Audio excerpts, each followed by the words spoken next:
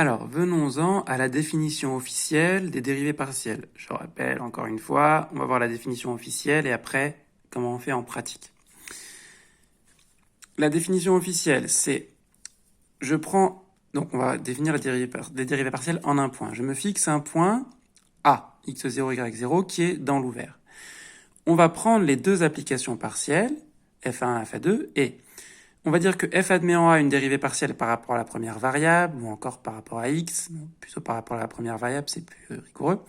Si cette première application partielle, qui je vous rappelle est très simple finalement, elle a une seule variable, et à x, elle associe f de x, y0. y0 est fixé. Okay. Eh bien, f va avoir une dérivée partielle par rapport à la première variable en a, si cette première application partielle est dérivable en x0. Quelle est la définition d'une fonction de une variable dérivable en x0? Eh bien, c'est l'histoire du taux d'accroissement. Vous êtes d'accord? Si je fais f, regardez si c'est dérivable en x0, ça va regarder f de, si cette fonction-là, je l'appelle g de x, g de x0 plus h moins g de x0 sur h. Eh bien, plutôt que h, on va noter t dans ce chapitre. Et on va avoir donc ce taux d'accroissement-là. F de x0 plus t virgule y0 moins f de x0 y0 sur t, puisque y0 est fixé. Ok?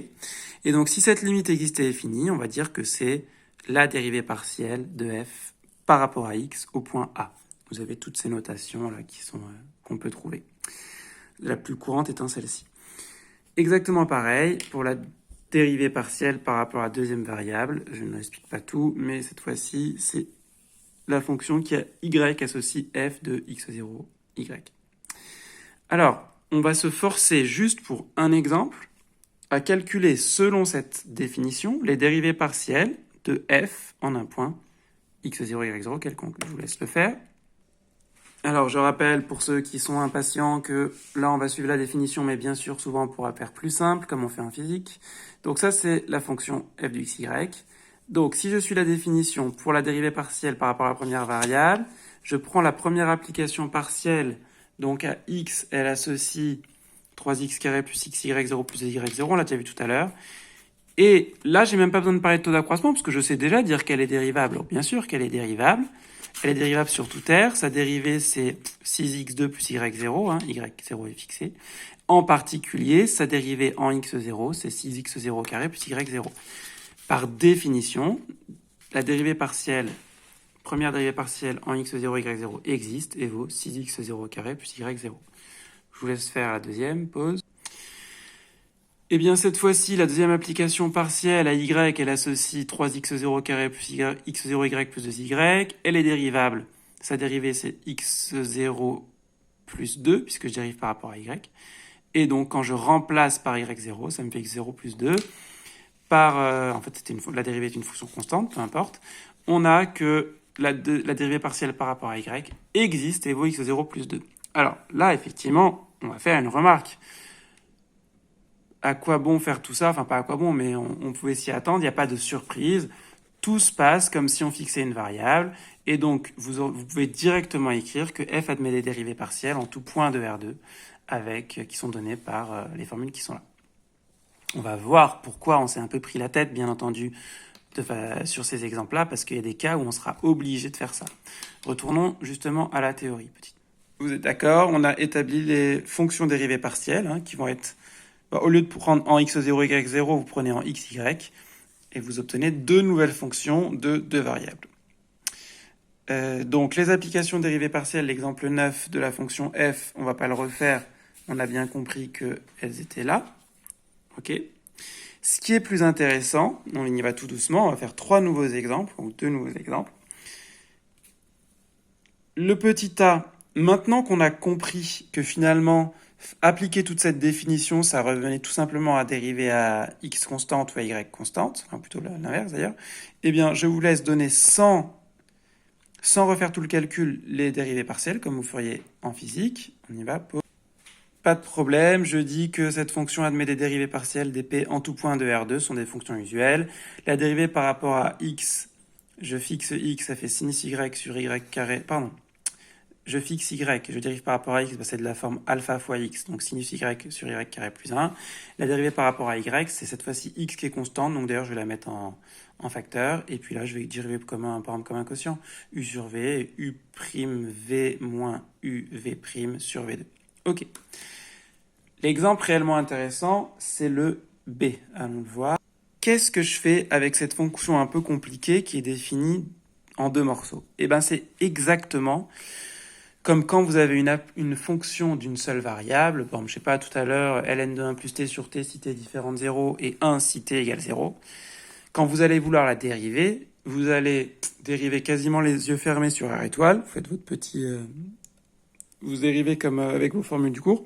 Et puisque la fonction a été définie d'une façon particulière en un point, il faut revenir à la définition, c'est-à-dire au taux d'accroissement, par exemple, pour ce point-là. Et bien là, c'est pareil. Cette fonction-là, je vais commencer par dire qu'en tout point de R2 privé de 0, 0, elle n'a pas de souci, c'est une fraction rationnelle, et je la dérive vraiment comme je l'ai fait au-dessus. Donc la dérivée par rapport à x, y est constante, et je dérive ici comme un quotient, j'obtiens y carré moins x2 sur x2 plus y de 2, peu importe.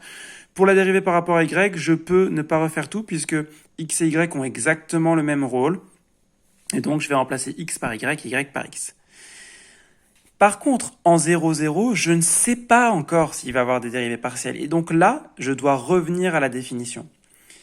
Et ça, il faut bien le comprendre. Pour t est différent de 0, puisque je suis en 0, 0, je vais regarder ma définition. Voilà. Ce pour t différent de 0, c'est juste pour que ce quotient existe. Hein, mais je vais regarder f de 0 plus t, virgule 0, moins f de 0, 0. On est d'accord? Ici, ce 0, c'est x0. Ici, ce 0, c'est y0. Pareil ici. Et il n'y a que cette première composante qui bouge. Mais sauf que f de 0 plus t, 0, on est dans ce cas-là avec y qui vaut 0, ça vaut 0. On est dans ce cas-là, puisque comme t est non nul, x est non nul. Et puis f de 0, 0, c'est 0. Du coup, c'est la fonction qui vaut toujours 0, qui tend vers 0. Donc, df sur dx en 0, 0 existe et vaut 0. De la même façon, df sur dy en 0, 0 existe et vaut 0. Finalement, f admet des dérivées partielles en tout point de R2. La formule est donnée par ces expressions-là quand xy est différent de 0,0. Et elles sont données par 0 si xy vaut 0, 0. Je répète, f admet des dérivées partielles en tout point de R2. Et pourtant, on peut faire une petite remarque, on a vu dans un exemple précédent que cette même fonction n'est pas continue sur R2. J'aimerais faire un premier bilan. Pour calculer les dérivées partielles, en gros, c'est ce en gros qu'il faut préciser, hein, tout se passe comme si, pour dériver partielle par rapport à x, tout se passe comme si y était une constante. Mais en fait, il va y avoir deux cas différents. Soit x0, y0 est un point sans problème. C'est par exemple le cas de tous les points qui sont là, et aussi de tous les points dans l'exemple B qui sont différents de 0, 0. Alors, on dérive comme en physique, pas de problème. Par contre, si x0, y0 est un point qui pose problème, un point particulier, alors pour calculer, pour savoir si elles existent, les dérivées partielles, il faut revenir à la définition. C'était ce cas ici. Deux petites remarques, ne pas confondre application partielle et application dérivée partielle. Hein, bien sûr, les applications partielles sont les fonctions d'une variable qui dépendent du point où on se place, et les applications dérivées partielles sont des fonctions de p variables. Ici, p égale 2. Rappelez encore une fois que la fonction avait des dérivées partielles mais n'était pas continue. Et puis, c'est extrêmement simple, tant qu'on y est, le gradient, quand il existe, le vecteur gradient, c'est d rond f sur d rond x au point A, d rond f sur d rond y au point A. Donc, finissons là-dessus. Je vous laisse le calculer. D'après ce qui précède, hein, en tout point de R2, le gradient, c'était si x0 plus y0, x0 plus 2. Vous pouvez même noter nabla f de xy. Ok, on s'arrête là.